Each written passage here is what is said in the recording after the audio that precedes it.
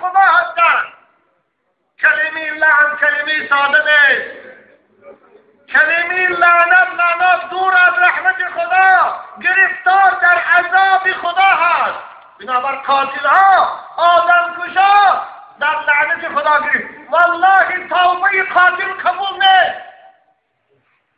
حضرت عبدالله ابن عباس میگوید قاتل مشرک این دور توبهش قبول نیست. حتی حدیث صحیح است: لزوال الدنیا اهون علی الله من قتل امرئ مسلم. خدا پیغمبر خدا میگه اگر همه دنیا ویران شود، والله این در پیشگاه خدا آسان‌تر است که یک مسلمان خونشکسته ریزد.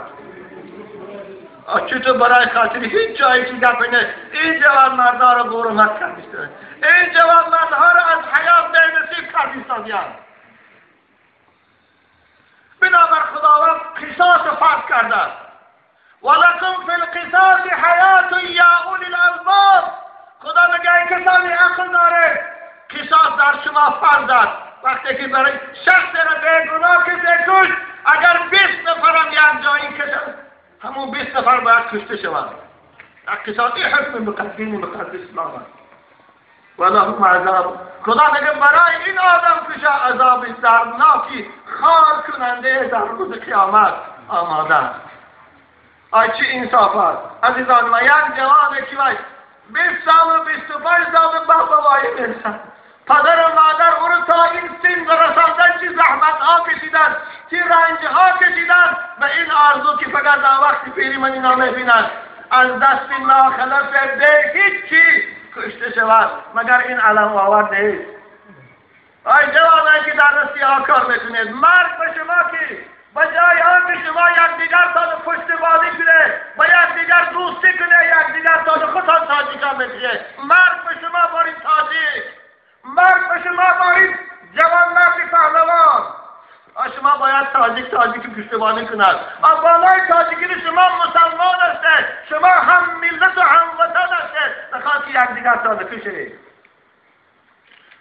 خیال کرده که از این فایده کردی؟ ای قاتلی ملعون، ای سگی لعین، خیال کرده از این فایده کردی؟ والله تو دنیا تا از دست دادی، آخرت تا از دست دادی، از رحمت خدا تو خودت بینصیب کردی. تو خیال کردی که الله تو پهلوان شدی این مرد؟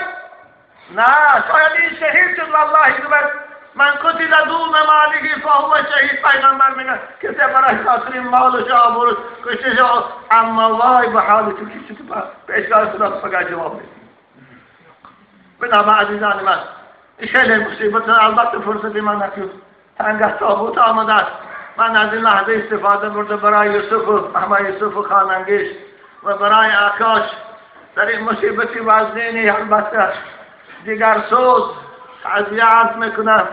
خداوند صبر جمیل برایشان عطا فرماید، به خاطر تسلی دلشان، به خاطر آرامیششان همون حدیث رسول اکرم صلی الله علیه و سلم میخوانم، بعد از آن جنازه میخوانیم. پیغمبر خدا میگویم قال الله تعالی، پروردگار در حدیث قدسی میفرمایند ما جزاء عبدی اذا اخذت سفیه من اهل الدنیا فصبر الى الجنه، رواه البخاری.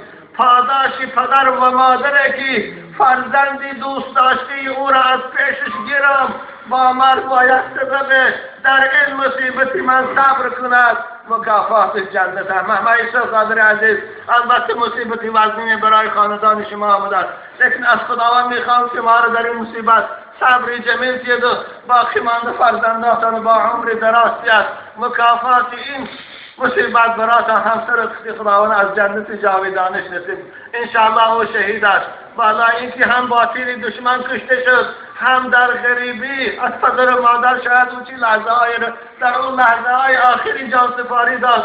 او منتظر بود که مادرش از پدرش در بالاش باشد، اما معلصه در غریبی جان داد. موت الغربت شهادت کتابا میگوید. خداوند در این مصیبت شما را صبر دید. همه جوانای ما را که در اینجا هستند و در رسیا هستند، خدای از این راههای بدبختی، از این آدم کشی و دزدی نگهشان دارد و جوانای صالح و با آداب و خوش اخلاق شوند. پروردگار دعا کنید صبر زمین برایشان نصیب گرداند. باقی مانده فرزندان خداوند ömrü deraz nasip kılsın. Amin ya Rabbi.